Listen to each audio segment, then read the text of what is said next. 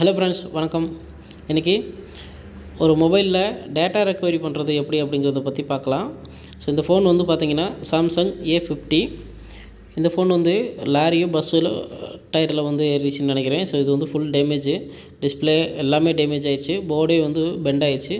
So இதிலேருந்து data recovery பண்ணுறது அப்படிங்கிறதையும் பார்க்கலாம். ப்ளஸ் எல்லா மொபைல்லையும் டேட்டா ரெக்கவரிக்கான பாசிபிள் எந்த அளவுக்கு இருக்குது, எப்படியெல்லாம் வந்து நம்ம டேட்டா ரெக்கவரி பண்ணலாம் அப்படிங்கிறத பற்றி இந்த வீடியோ ஃபுல்லாக இருக்க போகுது. ஸோ வாங்க வீடியோக்குள்ளே போகலாம். நம்ம சேனலுக்கு நீங்கள் புதிய நண்பராக இருந்தீங்க அப்படின்னா நம்ம சேனலை சப்ஸ்கிரைப் பண்ணிக்கோங்க. இந்த வீடியோ பிடிச்சிருந்தது அப்படின்னா இந்த வீடியோ முடிஞ்சதுக்கப்புறம் லைக் பண்ணுங்கள். வேறு ஏதாவது உங்களுக்கு டவுட்ஸ் இருந்துச்சுன்னா கமெண்ட் செக்ஷனில் கமெண்ட் பண்ணலாம். இப்போ நம்மக்கிட்ட இருக்க இந்த A50 மொபைலை நம்ம எப்படி ரெக்கவர் பண்ண போகிறோம் அப்படின்னா, பாடி ஸ்வைப் பண்ண போகிறோம். அவங்களுக்கு ஃபுல் செட்டாக வந்து யூஸ் பண்ணுற மாதிரியே வேணும்னு சொல்லி கேட்டதுனால நம்ம வந்து வேறு ஒரு A50 மொபைலில் சேம் மொபைல் நம்ம வாங்கி வச்சுருக்கோம். ஸோ இந்த மொபைலில் வந்து நம்ம அந்த ஸ்டோரேஜ் ஏசியெல்லாம் நம்ம இதில் வந்து ஸ்வைப் பண்ணுறது மூலமாக நம்ம வந்து ஆன் பண்ணிக்கலாம். ஸோ டேட்டா வித் கஸ்டமர் டேட்டாவோட. ஸோ அந்த மாதிரி நம்ம எடுக்கும்போது பார்த்திங்கன்னா கண்டிப்பாக ஸ்க்ரீன் லாக் பாஸ்வேர்டு கண்டிப்பாக அவங்களுக்கு தெரிஞ்சிருக்கணும், பழைய மொபைலோடது. ஏன்னா அதில் இருக்க டேட்டாஸ் அப்படியே வரனால அது என்கிரிப்டில் தான் இருக்கும். இந்த eMMC அண்ட் UFS இது ரெண்டையும் நம்ம வந்து இப்போ இருக்கக்கூடிய இந்த போர்டில் வந்து ஸ்வைப் பண்ணிட்டோம் அப்படின்னா, எடுத்து ஃபிக்ஸ் பண்ணிட்டோம் அப்படின்னா அப்படியே கஸ்டமர் டேட்டாவோட ஆன் ஆயிரும். ஆன் பண்ணதுக்கப்புறம் பார்த்திங்கன்னா அவங்க ஸ்க்ரீன் லாக் போட்டிருந்தாங்க அப்படின்னா கண்டிப்பாக அந்த ஸ்க்ரீன் லாக் என்ட்ரு பண்ணணும். என்ட்ரு பண்ணலை அப்படின்னா நம்ம ஓப்பன் பண்ண முடியாது. அடுத்து டேட்டா ரெக்கவரிக்கான பாசிபிள் பார்த்திங்கன்னா இன்னொரு முக்கியமான விஷயம் இருக்குது. நமக்கு இந்த ரெண்டு ஐசியில், அதாவது ப்ராசஸர் அண்ட் eMMC இல்லை UFSன்னு வச்சுக்கோங்க. ஸோ இதில் ரெண்டில் ஏதாவது ஒன்று டேமேஜ் ஆகியிருந்தாலும் நமக்கு வந்து டேட்டா ரெக்கவரி பாசிபிள் கிடையாது. அதுக்கப்புறமா மொபைலில் ஆன் பண்ணதுக்கப்புறமா ஸ்க்ரீன் லாக் பாஸ்வேர்டு தெரியலை அப்படின்னா கண்டிப்பாக நீங்கள் டேட்டாஸை எடுக்க முடியாது.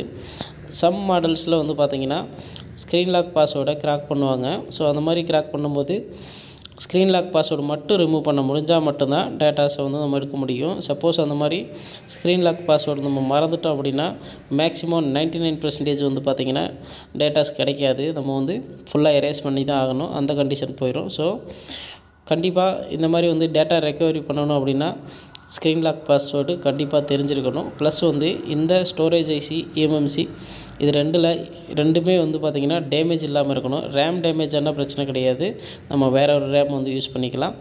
ப்ராசஸரும் eMMC அல்லது UFS இது ரெண்டுமே வந்து டேமேஜ் இல்லாமல் இருக்கணும். என்ன காரணம் அப்படி சொல்லி பார்த்திங்கன்னா, டேட்டா வந்து என்கிரிப்ட் பண்ணுறது இந்த ப்ராசஸர் தான்.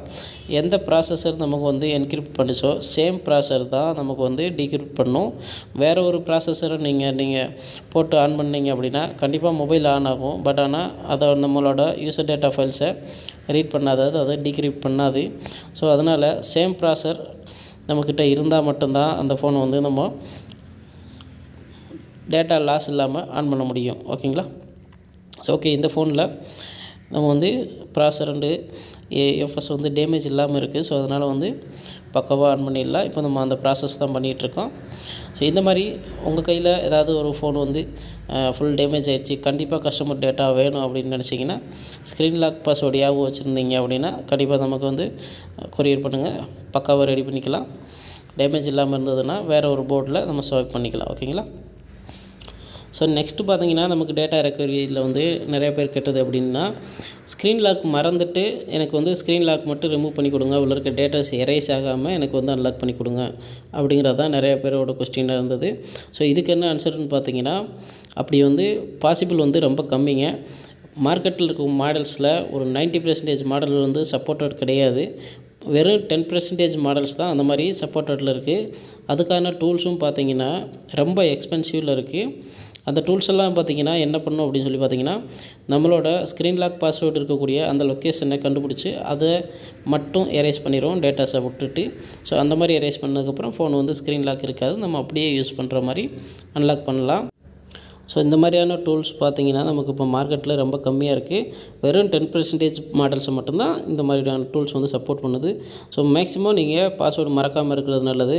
பாஸ்வேர்டு மறந்துட்டோம்னா அதை நம்ம எடுக்கிறதுக்கு அந்த டூல்ஸும் எக்ஸ்பென்சிவ் அதிகமாக இருக்கிறதுனால நம்ம வந்து டேட்டாஸ் எடுக்கிறது ரொம்பவே கஷ்டமாக மாறிடும்.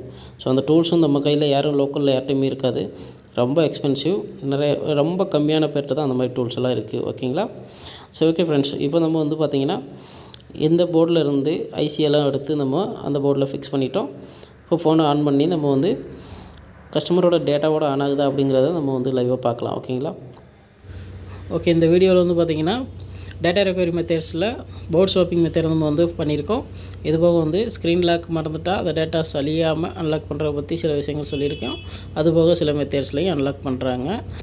ஸோ அதை பற்றியெல்லாம் ஃபியூச்சரில் முடிஞ்சால் வீடியோ போடுறேன். ஓகேங்களா?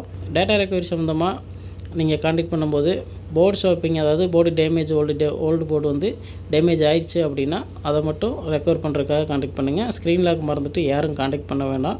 ஏன்னா நான் வந்து ஸ்க்ரீன் லாக் மறந்த எந்த ஃபோனுக்கும் அன்லாக் பண்ணுறது கிடையாது. ஸோ அது சம்மந்தமாக யாரும் கான்டாக்ட் பண்ண வேண்டாம். அதுக்கப்புறமா டிஸ்கிரிப்ஷனில் வாட்ஸ்அப் நம்பர் இருக்குது. நீங்கள் டைரக்ட் கால் மேக்ஸிமம் பண்ணாதீங்க. முடிஞ்ச அளவுக்கு மெசேஜ் பண்ணுங்கள் வாட்ஸ்அப்பில். காலையில் 11 மணி டு ஈவினிங் 6 மணிக்கு மேலே யாரும் கான்டாக்ட் பண்ண வேண்டாம். அன்டைமில் நிறைய பேர் வந்து அன்டைமில் கான்டாக்ட் பண்ணுறாங்க, உங்களுக்கு புரிஞ்சிருக்கும். ஸோ அன்டைமில் யாரும் கான்டாக்ட் பண்ணாதீங்க. ஓகேங்களா? ஃபோன் வந்து சக்ஸஸ்ஃபுல்லாக ஆன் ஆகிடுச்சு. இது வந்து கஸ்டமர் டேட்டாவோட ஆன் ஆகிருக்கு. பாஸ்வேர்டு வாங்கி நம்ம அன்லாக் பண்ணியிருக்கோம். ஸோ ஃபோன் வந்து கம்ப்ளீட்டாக அவங்களோட டேட்டாவோட ஆன் ஆகிருக்கு. ஓகேங்களா? இதே மாதிரி போர்டு டேமேஜான மொபைல்ஸை நம்ம வந்து டேட்டா ரெக்கவர் பண்ண முடியும். ஸோ அது விஷயமாக மட்டும் கான்டாக்ட் பண்ணுங்கள். Thank you friends. இந்த வீடியோ பிடிச்சிருந்தது அப்படின்னா இந்த வீடியோக்கு ஒரு லைக் பண்ணுங்கள். நம்ம சேனல் பிடிச்சிருந்தது அப்படின்னா நம்ம சேனலை சப்ஸ்கிரைப் பண்ணிக்கோங்க. சப்ஸ்கிரைப் பண்ணிட்டு வீடியோ பாருங்கள். தேங்க்யூ.